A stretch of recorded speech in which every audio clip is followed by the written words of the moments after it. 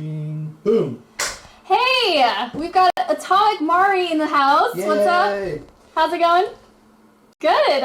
I'm very excited because we've kind of been having some back and forth just about the state of things for creators, and actually you did a really good post today about that. Thank you for doing that. Yeah, it's kind of getting some traction, which is surprising, and it's really cool. It's kind of bringing the community together in a way that I didn't expect. Yeah. I just saw Justine liked it and like Nice. she's commenting on it, and it's just like it's kind of all walks of life in the creator industry, and Totally. it's pretty dope. Yeah, and what prompted you to do that? What was the initial burst of inspiration? I've been kind of sitting on it for maybe like a week or two as I've seen people like John Krasinski look like a YouTuber in like year one YouTuber back in like 2010. Right. You know, and you see like the Seth Meyers and John Olivers of the world like switching up where they're recording from, whether it's their attic or their kitchen and whatnot, and you see people on NBC who are trying to figure it out. It's just incredible to see that happening while we see creators who've been doing it for decades or like a decade now look like professional television quality production. And so I think it's just it was just my way of being like, hey, people have been really kicking butt for a while and they deserve to have a little praise for paving the way all this time. Yeah, well, thank you for including me in that bunch of people you listed.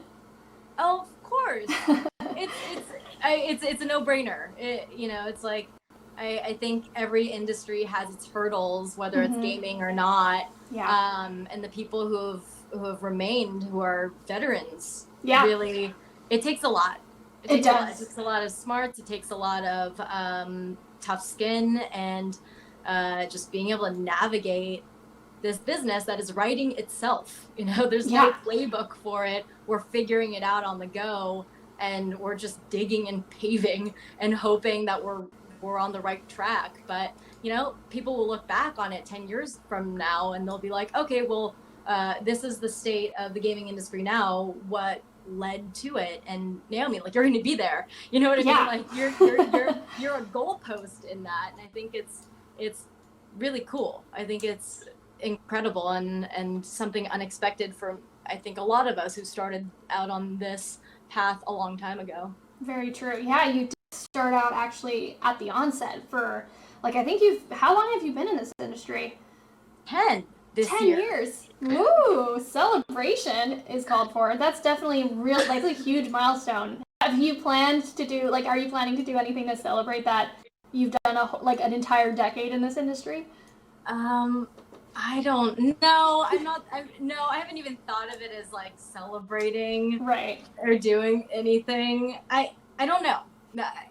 I think it's just probably mushy posts like the one that was put up today, and just be like, I'm just really grateful. I never really thought that I'd be doing this. So yeah, it's just mushy posts. Yeah, just all sorts of feels. I get it. I'm the same way. I think I'm coming up on my 10-year actually. Maybe this year, maybe next year. But I want to talk to you a bit about your career, where it started. I know you've definitely had. I think I saw a YouTube video. I don't know if it was you who posted it, but you talk about kind of where everything started. I know you've actually recently gone back to doing your own YouTube content, separate from Smosh, right? So I feel like elaborate on why it is that you're going back to that, and also kind of where it all started for people who maybe don't know of what you do in this industry. Sure. So my first career, and the career that I set out to do for my entire life, was professional ballerina. Right. And so that's, I was neck deep in that being the only focus of my entire life. When YouTube was just kind of a side gig that I decided to start doing to run away from my career, essentially. I'm like, all I've ever done was ballet, and YouTube was a step in the direction of doing literally anything else. Right. And so how it started was I was on a website that is basically the Craigslist for entertainers SF Casting. You're I probably do know of that. familiar with LA Casting. Yeah, LA Casting, right? I'm familiar with. Mm-hmm. Yeah, so like artists, singers, models, dancers, actors flock to this website, and it's basically Craigslist. And so I remember picking up one of the posts, and it said somebody who spoke Japanese was needed for a YouTube sketch comedy show. And it was just a one-time deal. It paid $50. Oh, wow. It was up in Sacramento, and it was with a group called Smosh. It was Ian and Anthony, and I did not know who they were. So we did this Pokemon skit. I spoke Japanese, and it was just kind of like a gig, and I thought nothing more of it. But they asked me to come back to start producing a show on a regular basis. And I, being young, naive, and totally unaware of what the internet could do for somebody, I was like, oh yeah, sure, that sounds good. I don't know how to edit. I don't know how to write for comedy or, anything like that, but sure, why not? Yeah. And so that's really how it started, being dumb and naive and just kind of throwing myself onto the internet with one of the largest comedy brands to exist. And so when I started with them, I really just showed up, and it's really thanks to them that I am on any sort of platform today. I don't know if I would have ever transitioned out of ballet had it not been for that. Of course, it was 4.5 years before I fully transitioned out of ballet full time and took YouTube as like a full-time career. I was in denial the whole time. I'm like, no way. Yeah.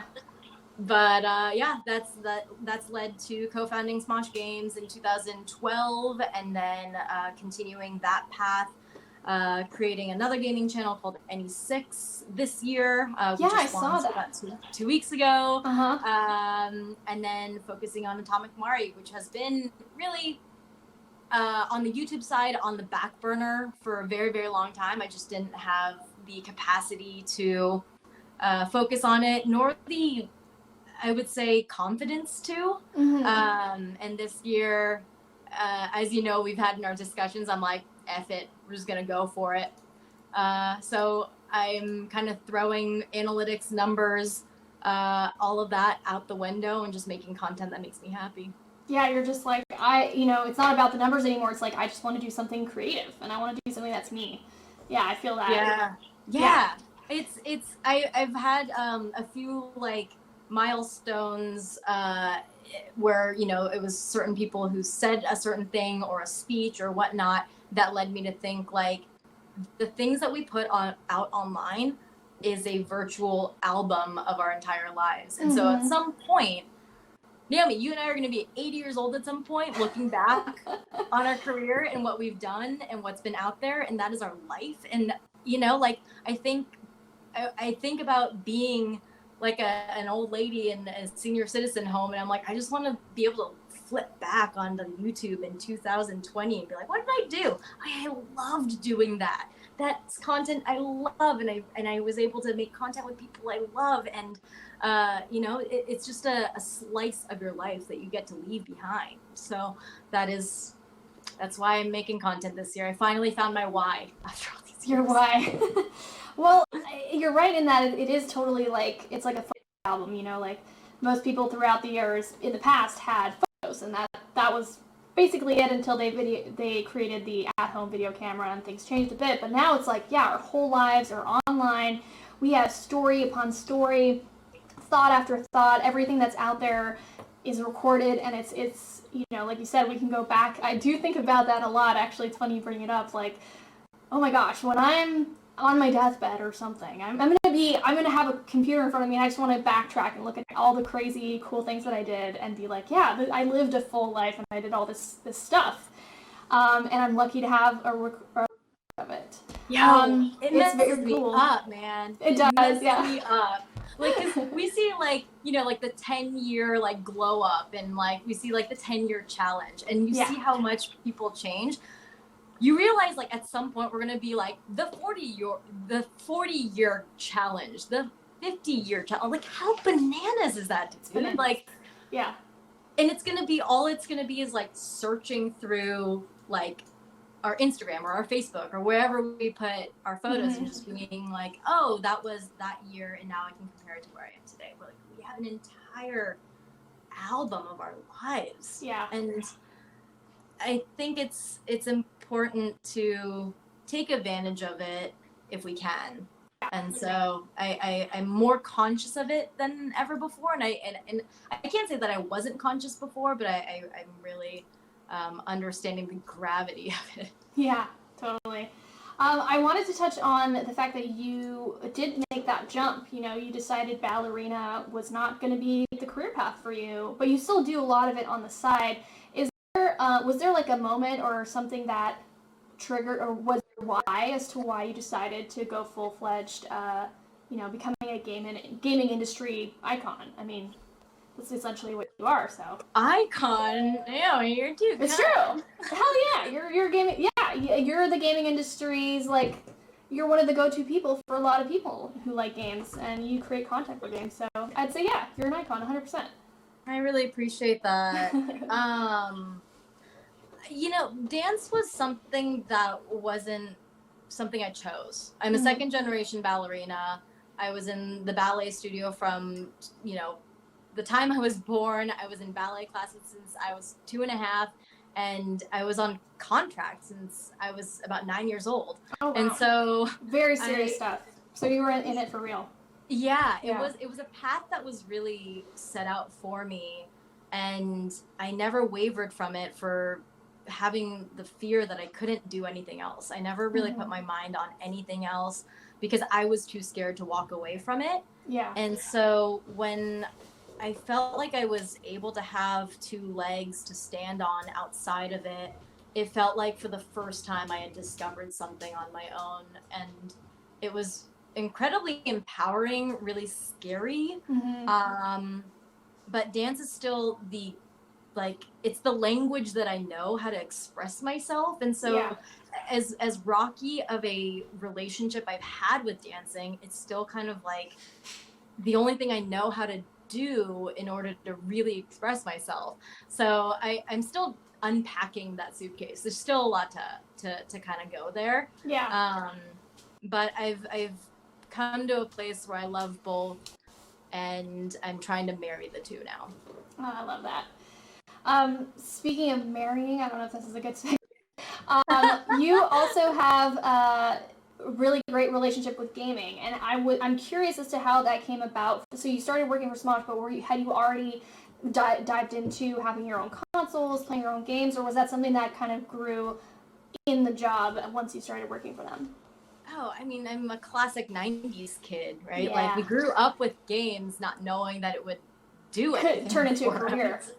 Yeah. If you lived in a household that is, blessed enough to have a console, then yeah, that was me. I had the Sega Genesis. My neighbor and my best friend had the SNES. And so a console war was started very early on for us, right. just because those are the consoles that our parents gave to us, or was generous enough to give to us. And so yeah, I played games my entire life, yeah. but never did I think that it would actually come in handy. So I'm very grateful every single day. Yeah. Is there something that you're playing right now, or is there anything that has really caught your attention that you've been playing a lot? Like the rest of the quarantined world right now, I am playing a ton of Animal Crossing. Yeah. I started Final Fantasy VII Remake. I myself and have never been a huge Final Fantasy fan. Right. And so I kind of put it in the same category as Zelda for me, because I told you, I was not very like a Nintendo kid growing up, because I'm like, that's not the console I have. So I never really played a lot of Zelda games, but Breath of the Wild was the first game that I played of Zelda that I was just like, I am just enthralled in this game. Yeah. And I'm like, I don't even care if I have zero attachment emotionally to it from a nostalgic point of view. I love it for what it is. Yeah. And so I'm curious to see if FF7 Remake has the same sort of thing for me. It's gorgeous. I don't think I could ever go back and play it the original way. I don't know if it would be worth. Meaning, like our FF7 is so different in terms of how it plays. It wouldn't even be the same game. But yeah, I agree with you in that it's a good way for people, like with Breath of the Wild, same thing. Like people are able to get introduced to a franchise that maybe they weren't privy to beforehand, or they didn't play the originals of, you know. And I feel like people are there's gonna be a new audience born from this, you know. Yeah, I totally agree. It's gorgeous. Yeah, such a nice game. Beautiful. Yeah. So yeah, that's on the back burner. And good gosh, I think I've put in a disgusting like 450 hours into my third playthrough of Witcher 3, but that's Witcher another 3. Nice. Keep going back to. Sometimes I'm just like, I could play something new, or it could just be Geralt. Geralt, yeah. I mean, I'm really excited that people who are watching the show are now being like, well, I could play a game version of this. I really like the show. I can, you know, people who maybe didn't even know what Witcher was now are starting to play. Did you know they hit their highest player count after the show aired? Yeah, the show aired, crazy. And then The Witcher 3 became this like huge game that like had a resurgence because of the show. Current players on Steam, let alone Xbox and stuff. Yeah, exactly. So I guess it's super interesting, and what a good game actually for you to have put in that much time into, because I mean it's one of the most. It was awarded so many awards when it came out. I think it like won multiple awards even like years later. Just because it was still the most popular and most amazing game that people could not get enough of. There's still like really crunchy mechanics, but for a pretty old game, it still plays well, I think. Mm-hmm. Do you have any games you're looking forward to playing this year? I mean, there's a lot of delays happening, but was there anything on your radar? I'm assuming Cyberpunk 2077 is on your list. Can't wait, man. Yeah, Cyberpunk is definitely there. Ghost of Tsushima, that's up there. Halo, I'm excited for. Let's see, Last of Us I never played. I only watched other people play. Right. So I think it deserves an actual playthrough of me playing too. Oh, she froze. And you're frozen. Her video froze. Oh, we're just gonna fix your video for a second here. I think it froze on her end. You can hear her, right? I can hear you though. Can you hear me? I can hear you. Okay, awesome. Well, in that case, we can still keep chatting. I'd love to get some questions from the audience, if there are any. If people have been asking questions about Marie or anything career related. If not, I really do want to touch on kind of your plan for your own channel and what you've been doing for that. I think if anyone wants to get up to date on what you're doing and kind of your approach and why you decided to kick off Atomic Marie now versus prior to this, there's a video that you posted. I forget what it was titled, but people should definitely watch it. What was it called again? Great question. I should know this answer. I know I remember watching it, and that's, I think, around the time that we were talking, because I was like, oh my god. You texted me. Yeah, well, I mean, you really truly were like, you kicked off something for me as well, where, you know, I realized I hadn't done a lot of those types of vlogs where you really connect with an audience and you're able to kind of talk about what's on your mind and just be real with people for a second. And I was like, you know what, I'm going to start doing YouTube content myself, and you kind of were the inspiration or the catalyst. Heck to that. Yeah. Oh, right. Yeah. I see. It's called The Truth About My Channel, How Insecurities Got the Best of Me. Oh, I love that. So everyone should go check that out. Definitely. Thank you. Yeah, it's, I think once you're in any industry for long enough, you start to overthink things. True. And then you feel like so there's much. Yeah. Yeah, and then you feel like there's spotlights on you, and you're like, I don't know who's watching this. And sometimes it's just really empowering to feel like you're just in your first year of YouTube or first year of, you know, whatever it is, and just being able to throw up whatever you want on a channel. Yeah. And the only thing that was stopping me was my mindset, to be honest. And so I threw it all out the window, and I'm like, I'm just gonna do stuff I want. I love that. Some questions here from the audience. What's it like working with 5 other creators? Actually, I've always wondered about that dynamic because it's like a huge group of people creating stuff for this one entity, Smosh. Now there's this new ne6 you've described. So I'd love to know what's the dynamic of working with all these different creators, and how is ne6 different now from what you're used to? Yeah, so ne6 is comprised of 5 friends that I've worked with on and off for the past 8 years. Yeah. And when we first started working together at Smosh Games, we really thought that this was the normal dynamic of any group that comes together to work with one another. Like, we hit it off immediately. Our chemistry was amazing. We communicated in a way where it's like siblings. So there's certainly a lot of high tension fighting sometimes, but it's in a way where we say what we need to say in order to get the work done or our point across. And that comes across in the content as well, I think. I feel like we've always known what our hot buttons are, and we get close to pushing it, but we don't. And that's sort of the magic of it on and off camera. So yeah, we thought that honestly all group dynamics were like this, but in the past few years I've kind of gone off on my own and worked with other people and had group dynamics outside of Smosh as well, and I realized that what we had is really, really special. When we come together, it's just like the Power Rangers, or it just feels like a superhero group, except we're much lamer. But it just feels like that sort of like union together. And so this year, going back to that conversation of wanting to make content that I really, really just admire and love and have an emotional connection to many years from now, I essentially wanted to assemble them. And I'm like, let's do it. It's going to be hard. It's going to be rocky. It's going to be 3 a.m. text messages saying, where's this content that we need to have go out tomorrow? And it is that, I mean, running any sort of business it's gnarly sometimes, but definitely. So many kinks to work out and stuff at the start. So many. That needs to happen.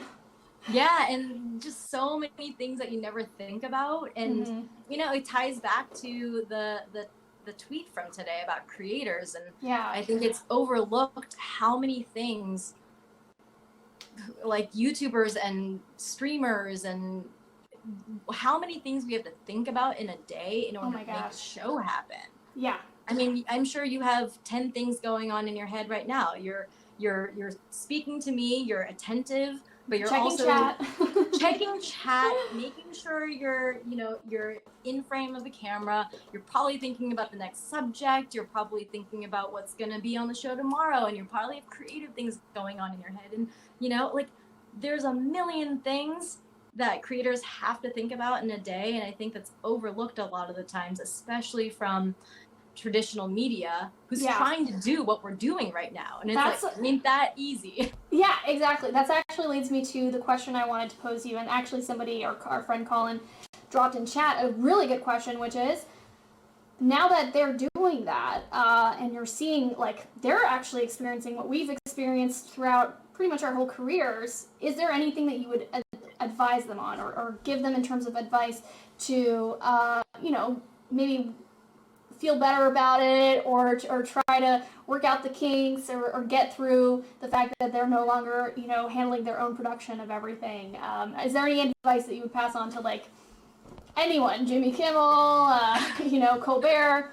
It's a piece of advice that I'm always having to remind myself, because it's hard for me to continue to follow it as well. But it's that done is better than perfect. And none of their content is even comparable to what their normal content is. It's very probably pretty cringy at times, and they're gonna look back on it and be like, I can't believe I put that online, but I had to, because of all the parameters that they have to work with right now. But that is so much better to have it done, have it posted, have your community look at it, even if it's not perfect. So I would just say, Just do it. It's one of the things I've struggled with is like I think you touched on it a bit in your video, but it's like being the perfectionist, you know? You just want everything to look pristine, but yet online that really doesn't necessarily, it's not as important, for example, on TV networks, traditional media and stuff like that.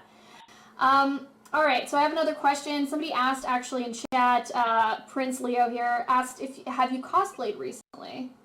Are there any plans to cosplay in the future, perhaps? I don't know about now, given that we're in quarantine, but... Well, I definitely want to, like, give props to real cosplayers because they make their stuff. They're actually crafting and sewing and molding and creating their costumes, which I have never done. Yeah. I don't think I've ever done that. I think I've put pieces together, but I am by no means a seasoned cosplayer in any sense. I sometimes wear costumes that people who are much more talented than I am have made for me. Right. That's probably the extent of it. Do you have a favorite cosplay you've done? Geez. I mean, being a Yellow Ranger for Ismahawk was probably one of my favorite things that I've gotten to do. That's a sweet one. Yeah, I mean, any 90s kid is, attached to Power Rangers. Yeah, if I could go back and cosplay as Pink Ranger, I think that'd be freaking dude. Okay, next Halloween, if we're out of quarantine, we're doing the Power Rangers. Oh my God, we should get a whole troop together, do the whole Ranger set. Yes. That'd be really cool. I guess final 2 questions. Somebody asked what your favorite game of all time is. I know that's like the most hated question for any gamer because, I mean, there's different games we love for different reasons, but is there one that like just is maybe nostalgic for you or that just stands out as your favorite one? Oh man, I mean, I can't pick one. You knew my answer was going to be I can't pick one, right? I know. Yeah, because I'm the same. I'm like, here's a list of 20 games that I love for different reasons. I'll just rattle it off. I'll say Mortal Kombat is the game that made me first just adhere to gaming, adhere to the console. I loved it with like a fiery passion, and that was the first time I was like, this is my game. That's a good one. I loved Road Rash. Let's see. Max Payne gave me nightmares forever and ever. Minecraft, I will say, is up there just for the creativity that it's just the expanse of it all. I love Saints Row 4. Saints Row 4, yeah. You must be happy about the news today. They're doing some Saints Row remastered stuff. So. Oh yeah, 3. Yeah. Love it. There's so many. I'm the same. I guess my last question is, do you have any tips for not necessarily creators, but just any gamer who's going through quarantine right now? Has, quarantine taught you anything that you didn't know beforehand, or you've I don't know. What has been your quarantine experience so far, and maybe if you could pass on any advice for people? Don't be afraid to reach out to people. Yeah. I think especially right now in quarantine, people are more accessible than ever, and people are more willing to take a call, hop on a call, mentor for 15 minutes, reach out. And I think connection is something that content creators are really good at in general with their community and things. But right now I would use this time to be able to connect with people who you might not normally think that you could connect with. Yeah. You never know. That's true. You honestly never know. And I think just having the compassion that everyone's really going through it right now will go a long way in not only your own streams and in connecting with your own community, but also with people who you might look to as like a mentor, but they're probably going through it as well. Everyone's kind of flying by the seat of their pants right now, so. That's a good way to put it. Yeah, it's also a good reason to do it. Like I feel like you can go and be like, hey, how are you doing in all of this, and no one will question why you're doing that. So it's a good time to do it if you need to reach out to people who you look up to, people you're concerned about, or people you haven't spoken to in a while and really had an impact on your life. That's really good advice. I think that's pretty much it. yeah, you've been such an inspiration to me for a long time. I'm glad we've actually finally started to connect a bit more because we ended up at a couple events at the same time. We were able to see each other in person a lot more. And now, of course, having you on the show has been, I'm glad to like take that check mark off because I definitely wanted you on here. Agreed. Yeah, and so thank you. Like, honestly, I can't express how much, like, you're a veteran, Naomi. Like, you saying that to me, I'm like, thank you. Like, senpai, like, thank you. You're, honestly. You're the best. Thank you so much. Well, I really, really appreciate you taking the time to be on the show. Everybody, actually, let people know where they can see your next pieces of content or where they can follow you. Of course, I'm sure people already know who you are, but in case nobody does, or the people who are in chat don't, can you link them to where to go or just let them know? Sure. It's at Atomic Mari, Mari, all across socials. Most active on Twitter, Instagram, and YouTube. Lovely. Cool. And definitely check out her YouTube stuff. It's really good stuff. And even though you're like, I just want to get it out there every time you put out a video, I'm like, it's perfect. Why can't I get my videos like that? Cool. Well, thank you again, Marie, for being on the show today. I really wish you the best. Stay healthy, all that good stuff. I'll keep tabs on what you're working on. Anything that people can look forward to? My last question now. There's like always incoming stuff teaser stuff too. Okay. Well, there's a staff behind me for a reason. I've been using quarantine to try to teach myself things. Nice. So that's probably coming. Love it. Perfect teaser. All right. Have a good one, Marie. Mari, thank you so much for tuning in. And we'll be in touch. All right. Bye. Thanks. Bye. Woohoo! That was awesome. What a great interview. I've loved Mari for a very long time. I actually have followed her on Instagram probably much longer than she even knew who I was. But you guys should definitely check out her content. I guess that's pretty much it for our show tonight. Is it? Yeah, I think so. I think we did a show. I think it was a success. Appreciate everybody who tuned in for the entire show. Of course, I'm going to get this up on YouTube, on my YouTube channel. Hopefully this week. I definitely think we'll probably have it up by Friday at the latest. You guys are wonderful. I'm just checking chat here. Got Team Up in chat. Leslie, Colin, thanks for tuning in. Shaheen, I'm sure you're watching. I'm going to end it here. We have another awesome guest scheduled for next week. I hope you guys tune in for that one. And I'm going to go drink some more tea and buy some turnips in Animal Crossing. Perfect. Fran hooking us up with those high turnip prices. All right, guys, have yourselves a good week. Stay safe, and I'll see you next week.